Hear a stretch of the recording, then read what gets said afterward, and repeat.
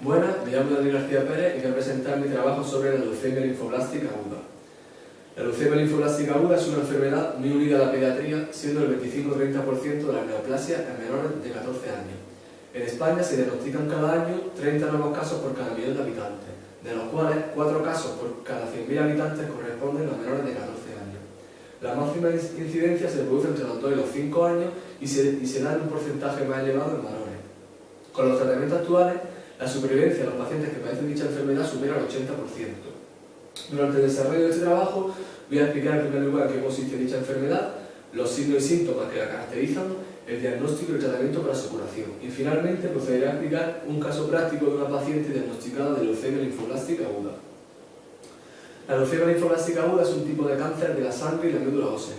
La médula ósea crea células madre sanguíneas que se pueden convertir o en una célula madre mieloide, que a su vez se convertirá en glóbulos rojos, glóbulos blancos o plaquetas, o en una célula madre linfoide, que se convertirá en linfocito. Cuando la médula ósea crea una cantidad excesiva de linfocitos inmaduros, que son los linfoblastos, estamos hablando de leucemia linfoblástica aguda.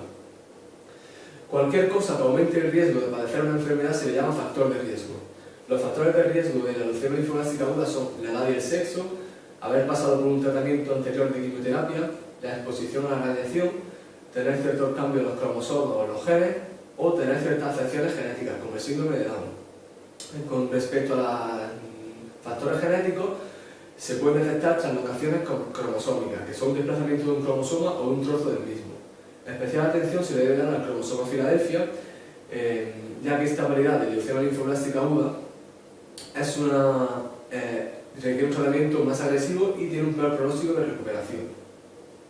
Los signos y síntomas de la leucemia linfoblástica aguda son la fiebre, los hematomas, dolores óseos, petequias, pérdida de apetito, bulto en algunas zonas del cuerpo, hemorragia y en algunos casos especiales adenopatía. Con el fin de diagnosticar la leucemia linfoblástica aguda, se realizan una serie de pruebas entre las que destacan la anamnesis, que es el recopilar toda la información posible del paciente, la exploración física y sus antecedentes, mediante la revisión del cuerpo del paciente, un recuento sanguíneo completo, una aspiración de médula ósea y biopsia, una punción lumbar, donde se toma una muestra de líquido cefalorraquídeo de la columna vertebral y radiografía. Y el tratamiento para la curación de esta enfermedad consta de 4 fases. La primera fase es la fase de inducción a la remisión, basada en quimioterapia intensiva y en la administración de agentes antineoplásicos por vía intravenosa. La segunda fase es la fase de consolidación e intensificación, basada también en quimioterapia intensiva pero con distinto uso de fármacos. Se puede emplear entre 1 y 3 ciclos de intensificación. La tercera fase es la fase de reinducciones, en la que se administra entre 1 y 3 ciclos de quimioterapia, más espaciado en el tiempo y de menor intensidad. Y la cuarta fase es la fase de mantenimiento, en la que se administra diariamente un agente suave por vía oral y otro semanal por vía intramuscular. Finalmente, y dependiendo del caso y la gravedad del paciente, se puede llevar a cabo un trasplante de progenitor hematopoyético. A continuación procederé a explicar el caso clínico de una paciente diagnosticada de leucemia linfoblástica aguda. María Jato Casares es una paciente de 8 años de edad que acude a urgencia por presentar fiebre de 24 horas de evolución, asociada a odinofagia y dolores óseos localizados en hombro y brazo derecho y región costal. El médico que la atiende se dispone a realizarle una anamnesis, recopilando toda la información posible. A continuación le realiza una exploración física, donde refiere dolor a la palpación en parilla costal, hombro y brazo derecho. Y finalmente le realiza una serie de exploraciones complementarias, como son el examen oftalmológico y cardiológico, análisis sanguíneo y de orina, radiografía y un examen de médula ósea. Tras la realización de dichas pruebas, el diagnóstico dice que María padece una leucocitosis de 48.000 y un 60% de blastos. Y el examen molecular muestra una positividad para cromosoma Filadelfia positivo. Por lo tanto, María padece una leucemia linfoblástica aguda de muy alto riesgo con cromosoma positivo Filadelfia. Y será trasladada inmediatamente a la planta infantil de oncología del hospital que le corresponde. Una vez llegada al hospital, María se dirige al control de enfermería de planta donde rellenará la hoja de ingreso. Esa hoja de ingreso constará de los siguientes datos: datos relacionados con el ingreso, dato de identificación del paciente, día de ingreso, hora de ingreso y la vía de ingreso. A continuación, María será recibida por Juan, el auxiliar de enfermería que le ayudará en su instalación y acomodo. Juan recoge todos los datos relacionados con el ingreso de la paciente y se dispone a rellenar las etiquetas de control de enfermería con los datos de la paciente. La acompaña a la habitación, la deja cómodamente instalada y le explica el uso de los dispositivos del hospital y las normas del hospital, como el horario de visita, el horario de comida, etc. Antes de la llegada de la paciente, Juan preparó la cama mediante el procedimiento de la cama cerrada, con las mayores medidas de higiene y con el uso de guantes. María será ingresada en una habitación de aislamiento protector inversa, con presión positiva y con una excusa de señalización de aislamiento, debido al tratamiento inmunosupresor que va a recibir. Tanto el personal sanitario como las visitas deberán extremar las medidas de asepsia y antisepsia y utilizar todo el equipo de protección individual. Un día después de su ingreso y debido a la gravedad de la enfermedad que padece, María recibirá el bloque correspondiente a la primera fase de tratamiento, la fase de inducción a la remisión. Esta fase está basada en la quimioterapia intensiva y en la administración de agentes antineoplásicos por vía intravenosa. La duración de esta fase será de 3 semanas y a la finalización se le realizará una punción aspiración de la médula ósea que revela que la leucemia linfoblástica aguda está en remisión completa. A continuación recibe la segunda fase del tratamiento, la fase de consolidación e intensificación. Esta fase consta de 3 bloques. El bloque A, formado a su vez por 4 bloques de consolidación, el bloque B y el bloque C.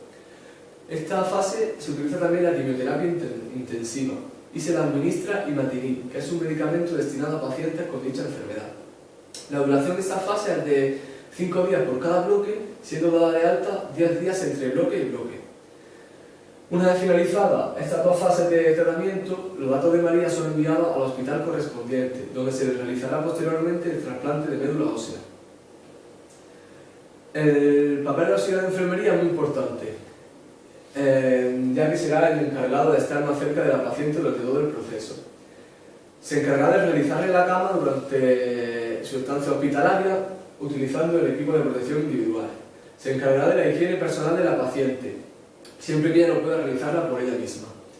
Le insistirá en la importancia de la higiene bucal y del cuidado de los pies, ya que deberá estar un tiempo prolongado en cama, y también se encargará de la distribución de la comida.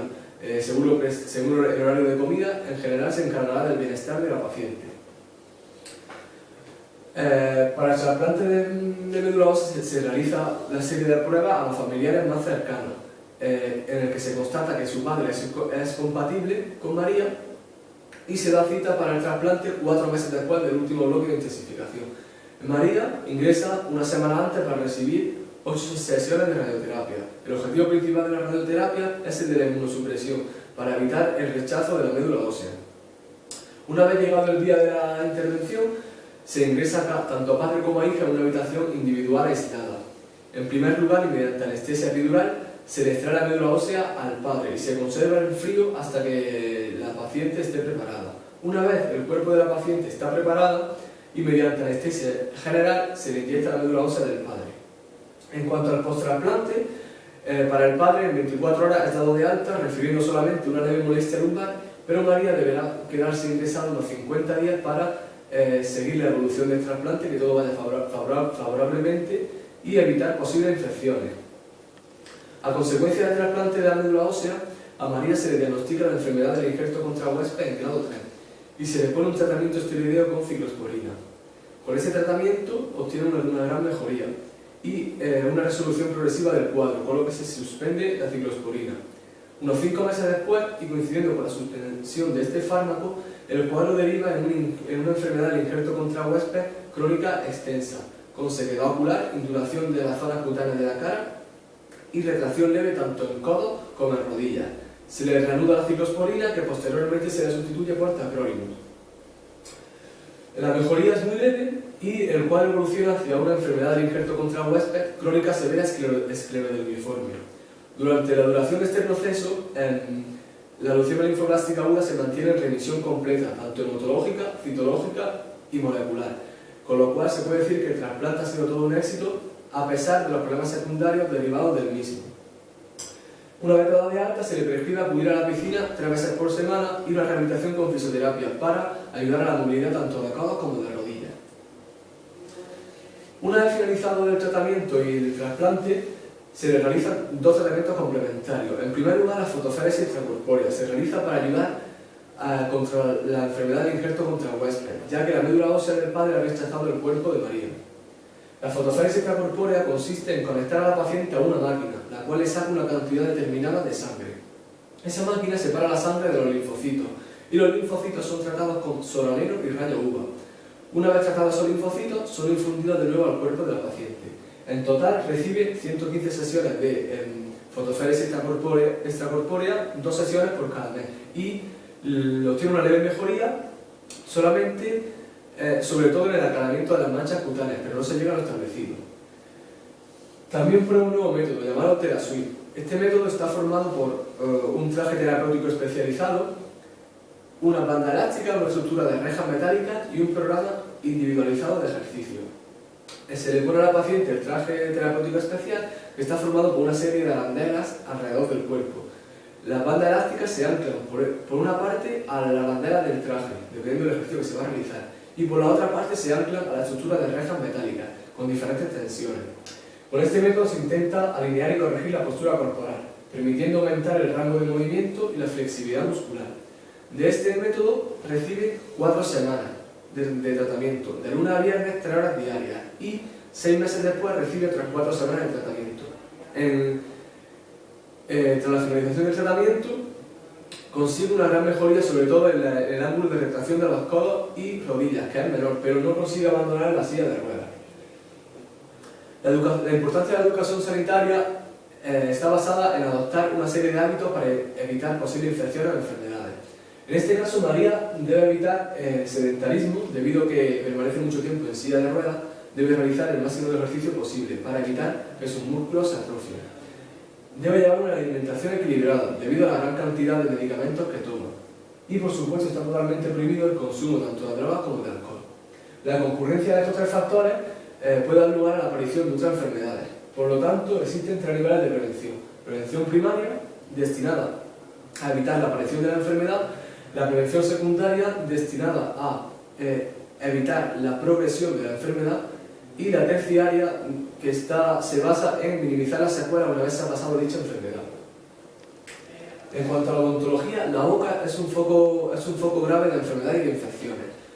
Por lo tanto, hay que reducir al mínimo, reducir lo máximo posible la placa bacteriana de la boca. Y eso se consigue mediante el cepillado tradicional y el uso del hilo dental para la zona interdental.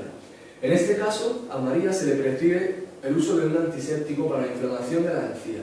Y también debe prestar especial atención al control de la dieta, evitando tomar alimentos cariogénicos para prevenir las caries.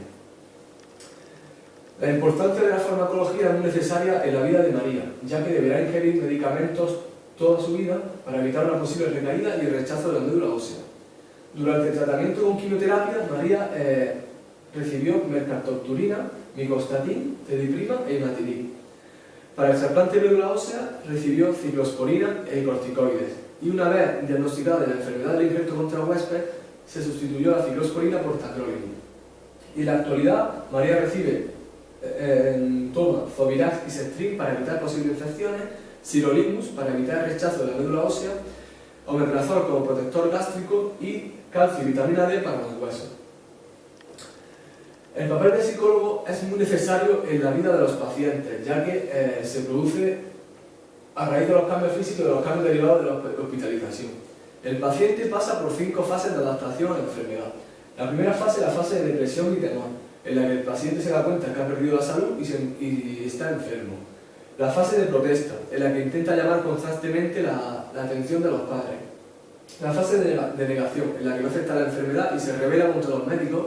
Y la fase de adaptación, en la que acepta la enfermedad y colabora con el cuerpo médico para su curación.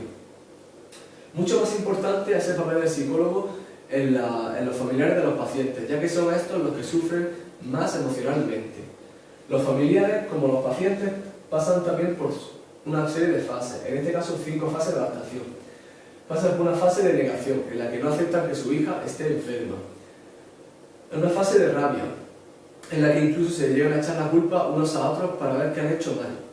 Una fase de negociación, en la que intentan obtener otro tipo de diagnóstico en el que le digan que su hija no está enferma.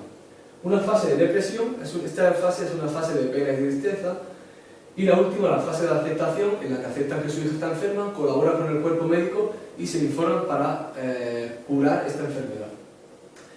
Finalmente, y como ayuda para la leucemia linfoblástica aguda, existen los grupos de apoyo. Los grupos de apoyo están formados por un profesional sanitario, los pacientes y los familiares de los pacientes. En estos grupos de apoyo se explica qué consiste la enfermedad, se pone un objetivo en común y se ayudan unos a otros para conseguir llevar la enfermedad lo más ameno posible. María se vio afectada en tres ámbitos después de pasar dicha enfermedad. En el ámbito laboral, en este caso en los estudios, ya que no trabajaba. María debía desplazarse al instituto en autobús, pero con la silla de ruedas no podía. Entonces tuvo que solicitar en delegación un taxi adaptado con rampa para poder entrar con la silla de ruedas y poder desplazarse al instituto sin problema. En el ámbito familiar tuvo que eliminar todas las barreras arquitectónicas de su casa, sobre todo construyendo una rampa de salida a la calle y adaptando el baño para que pudiera entrar con la silla de ruedas. Y en el ámbito social se le prescribió una silla de ruedas eléctrica para que pudiera salir y entrar de casa con mayor independencia. Durante el desarrollo de este trabajo he explicado en qué consiste esta enfermedad, que es un tipo de cáncer de la sangre en el que la médula ósea produce una cantidad excesiva de linfocitos. Esta enfermedad, como hemos visto en el caso práctico, es una enfermedad muy unida a la pediatría, con un 80% de supervivencia si se coge a tiempo. A continuación he explicado el caso práctico de una paciente diagnosticada de leucemia linfoblástica aguda con cromosoma Filadelfia positivo. En primer lugar se le realiza un tratamiento con quimioterapia y un posterior trasplante de médula ósea. Tras el trasplante sufre una enfermedad del injerto contra huésped crónica severa esclerodermiforme y recibe dos tratamientos complementarios, fotoféresis extracorpórea y Telasuib. Tras este proceso, la leucemia linfoblástica aguda está en remisión completa hematológica, citológica y molecular, pero necesita una silla de ruedas para la marcha y para la actividad de la vida diaria. Como dijo una terapeuta durante el tratamiento de quimioterapia de María, todos debemos aportar nuestro granito de arena para luchar con esta dura enfermedad, porque el cáncer solo debería ser un signo del zodíaco.